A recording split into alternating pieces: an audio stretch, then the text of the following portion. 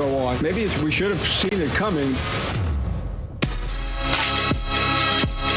Good morning. That's the voice of Paul Feinbaum. He's going to join us this morning at 9:10 Eastern. He had an opportunity to talk with SEC Commissioner Greg Sankey, who has a lot on his plate and a lot to figure out here. We'll hear from Sankey in just one moment. But just to recap what Paul said and then add a little more, because there was a big outbreak, literally and figuratively, in the SEC yesterday with regard to COVID news. Alabama, LSU, Baton Rouge this weekend in jeopardy. LSU may not have enough scholarship players. They've had an outbreak. Coach O's talking about moving players around the roster to make sure the quarterback position has depth if this game goes off. Good luck having that old high school quarterback run back out there with Alabama's defense rushing at him in an emergency situation. Texas A&M, along with Alabama, is also in the top 5. A&M's only lost 2. Alabama. They have paused activities. They're scheduled to play Tennessee, but they have 1 player and 1 student staffer that tested positive. You heard Paul say Auburn and Mississippi State. That's been moved to December 12th. That's the 1 week the SEC has allotted that's baked in for makeup games. And Arkansas' Sam Pittman, who's 58 years old, first-year head coach, done a great job in Fayetteville. Yes, he has. He had a test come back positive. Defensive coordinator Barry Odom will take over on an interim basis. You might remember Odom was Missouri's head coach, so he has some experience in the SEC. So that's all yesterday. That is all happening yesterday. The commissioner yesterday went on Paul's show. Again, Paul will join us at 9:10 a.m. Eastern and said, listen, the fact that we thought we were going to sail through this, that's ridiculous.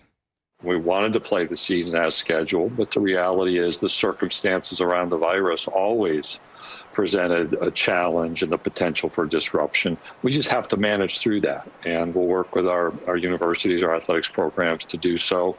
We don't have an infinite amount of time, and that's where the pressure over these last 4 or 5 weeks starts to mount. So the adjustments may be a little bit different than we contemplated 6 weeks ago, but still our focus is on trying to play as much of the football schedule as possible, and then we're going to deal with this disruption as it occurs and make adjustments and maintain the spirit of cooperation, collaboration, and flexibility we've had today. It's time for Straight Talk, brought to you by Straight Talk Wireless. There was a lot of corporate mumbo jumbo there. You totally get it. Collaboration. Let's get together. Let's do what we can. I get all that. Let's jump into the meat of what he told Feinbaum. Here's the bottom line. December 19th is the SEC championship game. The week before that I mentioned, that's the 1 week where the league has essentially said any makeup games that need to happen, like LSU in Florida, Missouri and Vanderbilt, all those games will be played that particular week. But Commissioner Sankey also said we could play games on December 19th that involve teams that aren't involved in the SEC title game. So sure, that's our marquee showcase, SEC title game, December 19th, whoever is playing.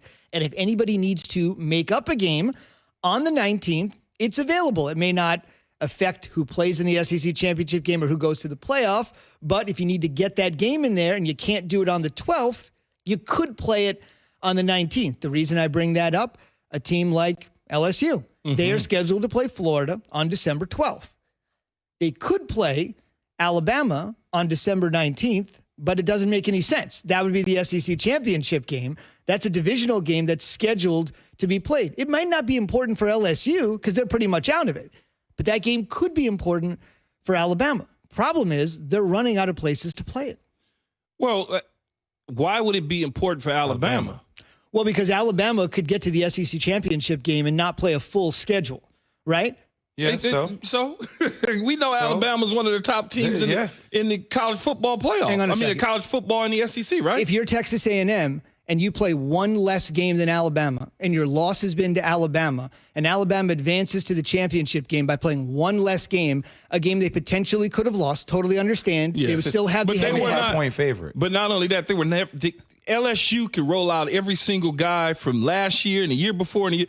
They're not beating this Alabama team. I understand the spread is over 20 points. Yeah, they're not beating them. They're going to blow the doors off them. I'm just saying that if you are in a neck-and-neck chase with Alabama like Texas A&M is. But Alabama already beat them head-to-head, right, Zoo? Correct. They have the head-to-head. But if they were to play a full SEC schedule and Alabama were to not play a full SEC schedule and they would get the nod over Texas A&M. But I beat you head-to-head. Alabama was never losing to LSU. I understand A&M fan base and how A&M people may feel, but you already lost to Alabama, and Alabama was not going to lose to LSU. So stop even thinking that way. Even rationalize that, Key, and I'm with you on that. This is what we expected going into a 2020 year full of COVID and not sure if teams will be able to play or not, right? We expected there not to be this, hey, everything has to be fair. Like, didn't we expect this? Like, didn't we? Absolutely. So that's where I'm a little bit lost. Like, now we want it to be fair, even though it may not have a chance to work out that way. But it is fair. You know why it's fair? You know why it's fair? Because it's Alabama. That's why it's fair. It's Alabama. It's not fair because if A&M has even a 1% chance to win the SEC West, everybody else in that division should be stacked up against them. If you're LSU and you're out of the race, yes, that's fine. But if you're A&M and you have, yes, you're right, Alabama has the head-to-head.